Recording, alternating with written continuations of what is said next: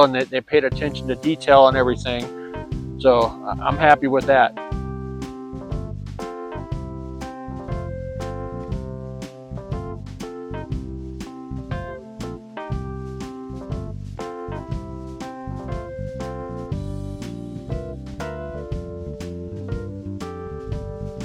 Now, as I was building this raised bed, I was looking for and feeling for any type of burrs or anything like that, metal burrs that might have come out during manufacturing, and I didn't find any. And I also looked for any weak spots as far as where it might rust, where the screws go and things like that.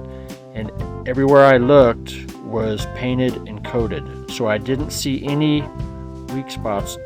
And even that top edge right there, that very thin edge where the rubber coating is going over, was still painted and coated.